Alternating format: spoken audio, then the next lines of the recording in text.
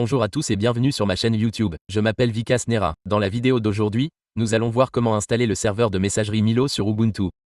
Milo est un serveur de messagerie et nous allons l'installer sur Ubuntu.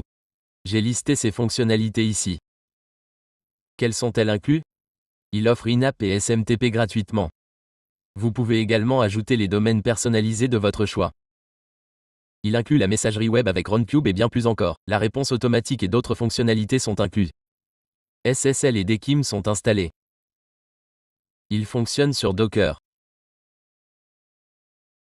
Quel est son nom? L'interface ressemble à ceci. Voici comment vous verrez les détails. Les détails entrants incluent IMAP et SMTP. Dans la barre latérale, vous trouverez de nombreuses options disponibles. Vous pouvez également ajouter d'autres domaines en allant dans la section Domaines de messagerie. Vous pouvez configurer la réponse automatique. Votre messagerie web, y compris Runcube, s'ouvre ici. Voici comment votre Runcube s'ouvre. Vous pouvez utiliser SMTP en l'ajoutant à n'importe quel logiciel. Dans cette vidéo, nous allons apprendre à l'installer.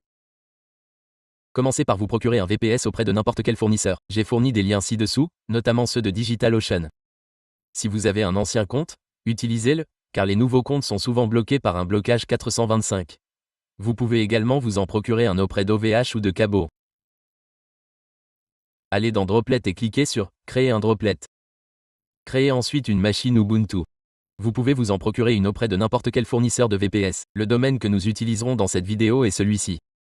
Le mot de passe que nous utiliserons est celui-ci. J'ai d'abord sélectionné Ubuntu. Pour l'instant, je l'installe sur une machine avec 8 Go de RAM, juste pour la démonstration, mais vous pouvez utiliser une machine à $10. Sinon, vous pouvez acheter cette machine pour $10. Après cela, je laisserai la valeur par défaut. J'ai copié le mot de passe ici et je l'ai collé ici. Je rencontre un léger problème. Sélectionnez quelque chose ou régénérez-le ici.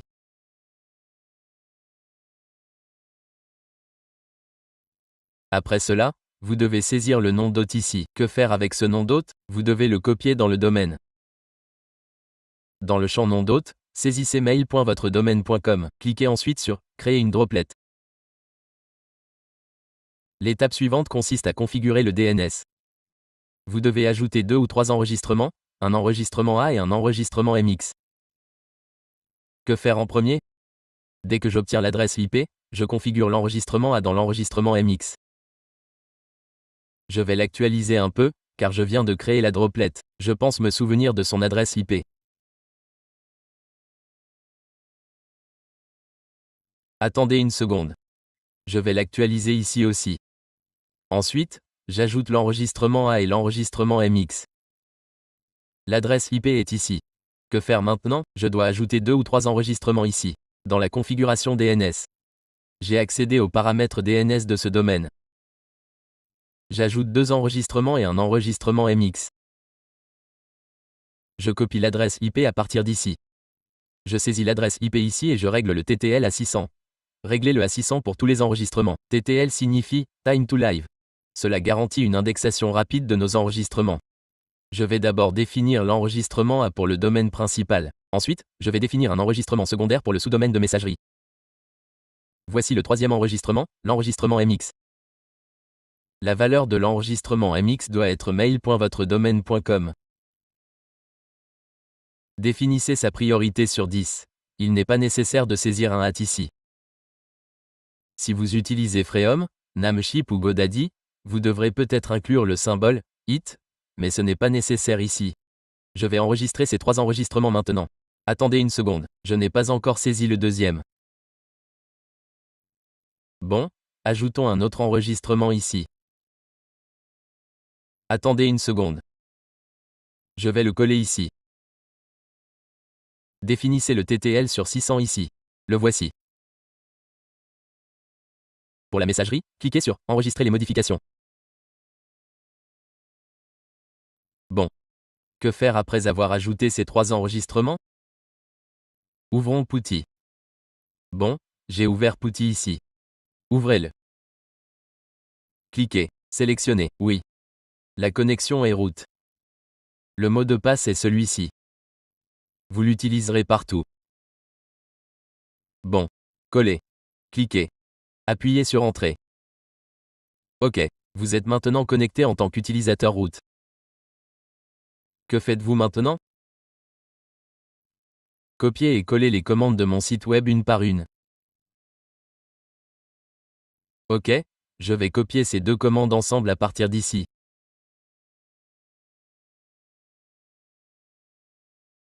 Collez-les. Appuyez sur Entrée. J'ai ajouté la deuxième commande. Elle vous demande de continuer. Tapez I et appuyez sur Entrée. L'installation continuera. Dans la commande suivante, regardez ici. C'est ici que vous entrez le nom d'hôte. Remplacez example.com par votre domaine dans cette commande. OK. Je vais entrer mon domaine ici, et une fois cette commande terminée, vous exécuterez la suivante. N'oubliez pas d'entrer votre domaine ici, car vous définissez le nom d'hôte ici. OK, il est installé ici. Que faisons-nous ensuite? Définissons ce nom d'hôte. Je l'ai copié et collé ici. Appuyez sur Entrée. Le nom d'hôte est maintenant défini ici. Que faisons-nous avec la commande suivante? Je vais d'abord le copier et le coller ici. Remplacez example.com par votre domaine ici. Je vais copier mon IP et remplacer IP par L. Je vais également saisir mon IP ici. Ce code doit être inséré dans ce fichier. Ouvrez-le d'abord ici. OK. Copiez ensuite ce code. Que devons-nous faire d'autre ici? Faites défiler un peu vers le bas ici. OK. Allez ici et tapez A une fois que vous avez appuyé sur A, l'option d'insertion apparaîtra. Faites un clic droit ici et le fichier sera collé. OK. Que faites-vous ensuite? Appuyez sur la touche Échappe de votre clavier. Tapez ensuite un WQ et appuyez sur Entrée. Cela enregistrera le fichier. OK. Après cela, vous pouvez redémarrer si vous le souhaitez. Je continue maintenant.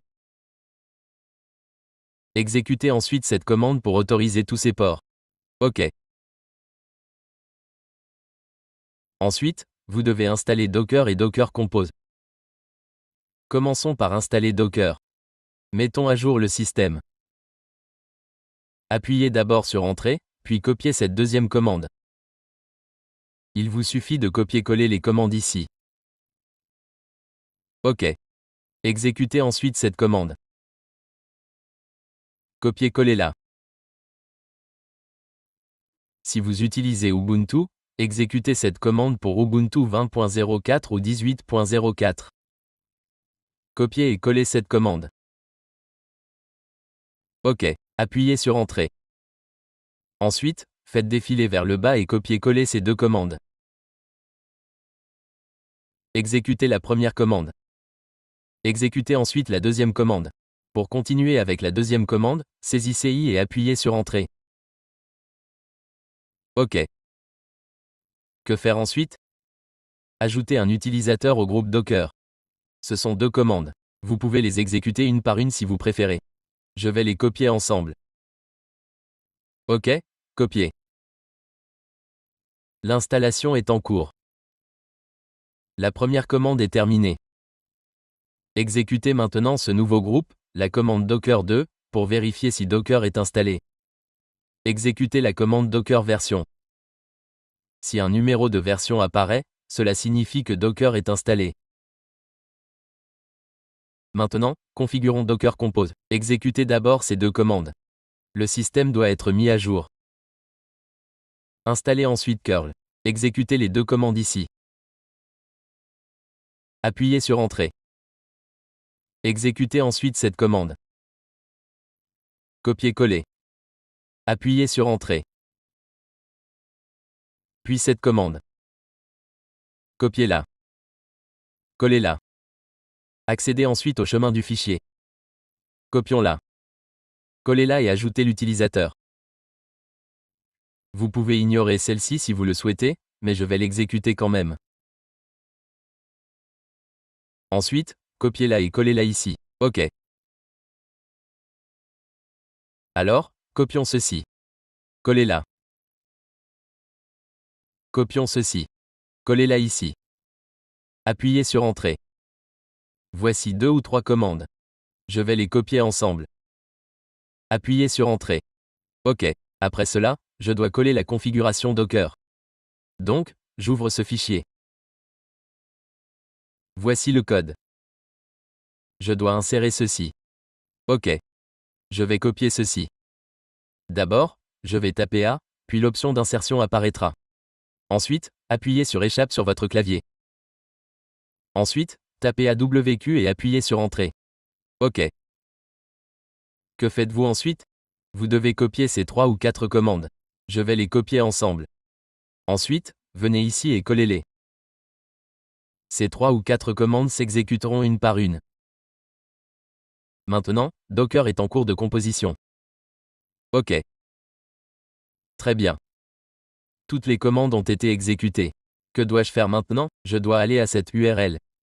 Je vais l'ouvrir ici. J'ai inclus des captures d'écran de tout ce que je vais sélectionner ici. Vous pouvez cocher ces 2 cases. Ici, je dois cliquer sur « Composer ». Cliquez sur « Suivant ». Ensuite, faites défiler vers le bas. Ici, je dois saisir mon nom de domaine. Je vais copier le nom de domaine. Je l'ai saisi ici. Faites défiler un peu plus bas. Cochez « Activer l'interface utilisateur ». Faites défiler encore plus bas. Pour « Aucun », vous pouvez passer à « Cubron ». Vous pouvez également sélectionner « Boucle de pluie ». Cochez ensuite ces 3 cases. Ensuite, saisissez votre adresse IP ici. OK.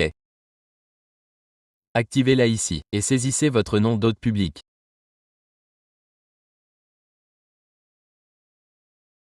Il s'agit de mail.youdomainName.com. Je l'ai saisi ici. Assurez-vous qu'il n'y a pas d'espace supplémentaire. Ensuite, cliquez sur « Configurer Milo ». Ils ont également fourni des commandes. Exécutez d'abord cette commande. OK. Appuyez sur « Entrée ». Suivant. Ils ont fourni ces 3 commandes. Je vais les copier-coller. Appuyez sur « Entrée ». OK. Ces 3 commandes ont été exécutées. Que faites-vous ensuite? Faites défiler un peu plus bas. J'ai exécuté ces 3 commandes ici. Que faites-vous ensuite? Je vais copier ces 2 commandes. Collez-les ici. Exécutez ensuite cette commande. Collez-la. OK. Exécutez ensuite cette commande. Copions Docker Compose pour l'ensemble du projet. Ma version est la 1.9. Si vous regardez plus tard et que la version a changé, mettez-la à jour ici. Appuyez sur Entrée. Accédez ensuite au dossier de messagerie Compose. Exécutez ensuite cette commande. Elle s'exécute ici. Que faire ensuite? Où exécuter cette commande? Dois-je la copier d'ici? Et que faire ensuite?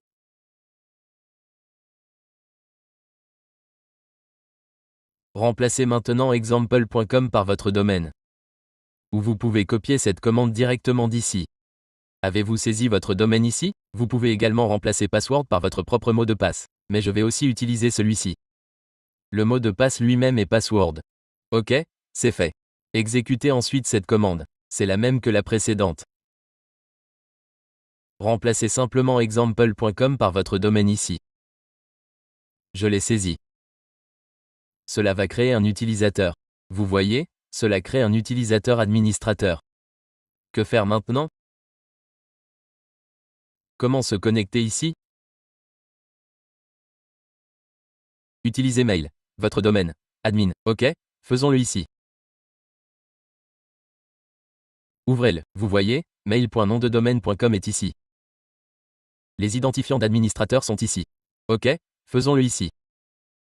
Vérifiez si cela fonctionne. Si cela ne fonctionne pas et que vous voyez quelque chose comme ceci, vous pouvez également résoudre le problème ici. Si cela ne fonctionne pas sur votre domaine principal, que faites-vous alors? Je vais revenir au sous-domaine un instant. OK. Que faites-vous ensuite? Exécutez à nouveau ces commandes. Appuyez sur Entrée et je l'exécute. C'est terminé. OK.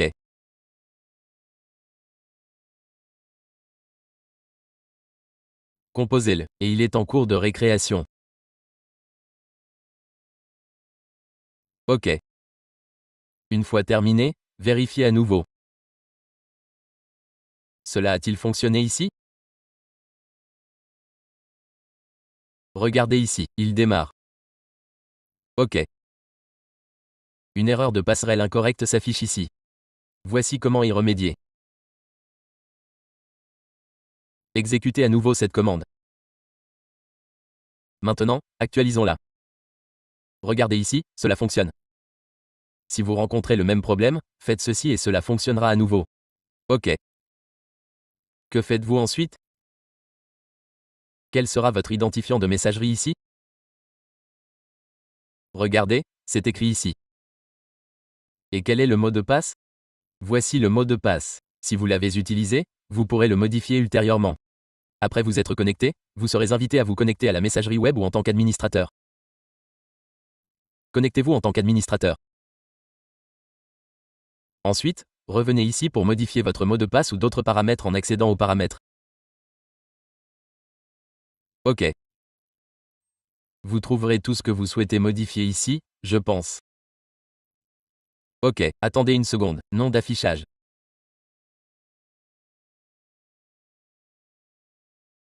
Dans les paramètres de configuration du client de messagerie web, vous pouvez mettre à jour votre mot de passe ici. Que faire maintenant? Regardez, j'ai ajouté un enregistrement A et un enregistrement MX ici. Que faire ensuite? Une fois connecté, vous devez ajouter la marque d'Ekim et d'autres enregistrements. Vous devez également ajouter des enregistrements SPF. Comment faire? Faites défiler jusqu'à la messagerie ici. Cliquez sur « Domaine de messagerie ». Vous pouvez y ajouter d'autres domaines. Un domaine est déjà ajouté. Que faire pour les enregistrements SPF et autres? Regardez ici. Cliquez ici où j'ai montré un exemple ici. Ou cliquez. Que faire ensuite? Cliquez sur « Générer les clés ». OK. Cliquez sur « Confirmer ». Une fois cela fait, les enregistrements SPF, d'Ekim et de marquage seront ajoutés. Il vous suffit de les saisir ici. Si vous les ajoutez ici, ils seront tous configurés. J'ai 3 enregistrements TXT, donc je vais en ajouter 3 ici. Définissez les détails comme ceci. OK. OK. Commençons maintenant par le premier. Comment s'appelle-t-il? Enregistrement SPF. J'ai ajouté la valeur de l'enregistrement SPF ici.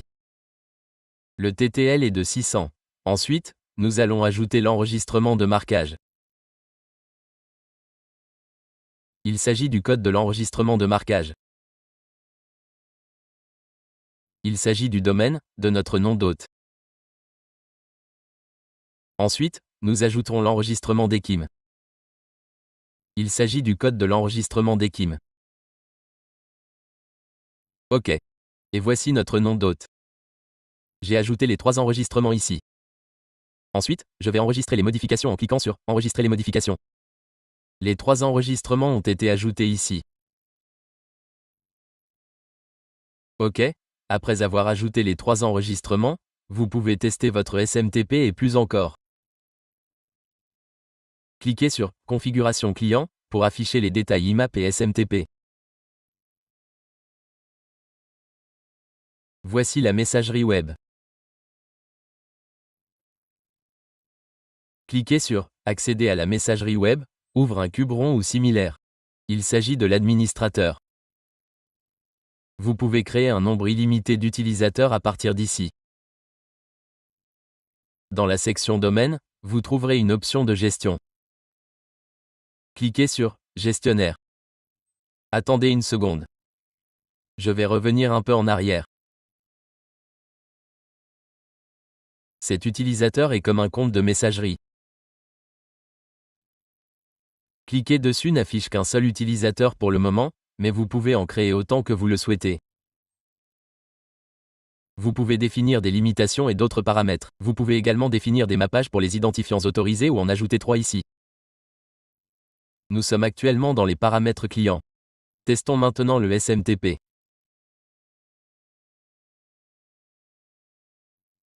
L'hôte SMTP est le port 587.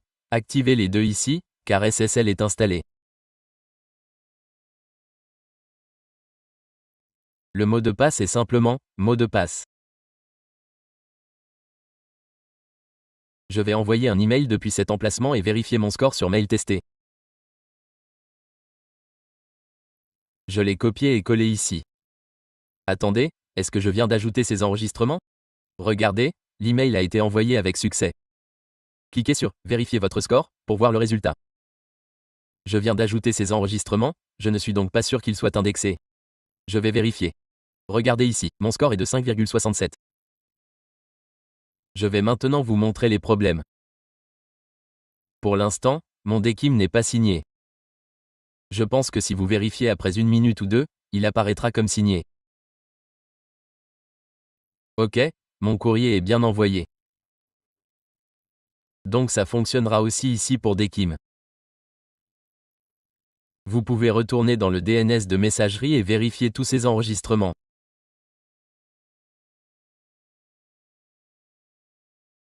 Ce qui s'est passé ici, c'est que j'ai copié le code DKIM inséré ici et je l'ai collé. S'il y a une virgule ou autre chose en trop, supprimez-la aussi. J'ai remarqué que des virgules différentes sont parfois ajoutées. C'est pourquoi mon DKIM n'était pas correctement configuré. Ok, je vais vérifier s'il y a des virgules partout. Ok, maintenant que c'est clair, je vais continuer.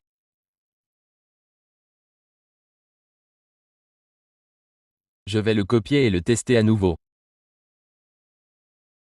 Il y avait une virgule ici. Ok. Je vais maintenant le copier et ajouter à nouveau mon DKIM. Il est ici. Je vais maintenant mettre à jour ce DKIM en le collant ici.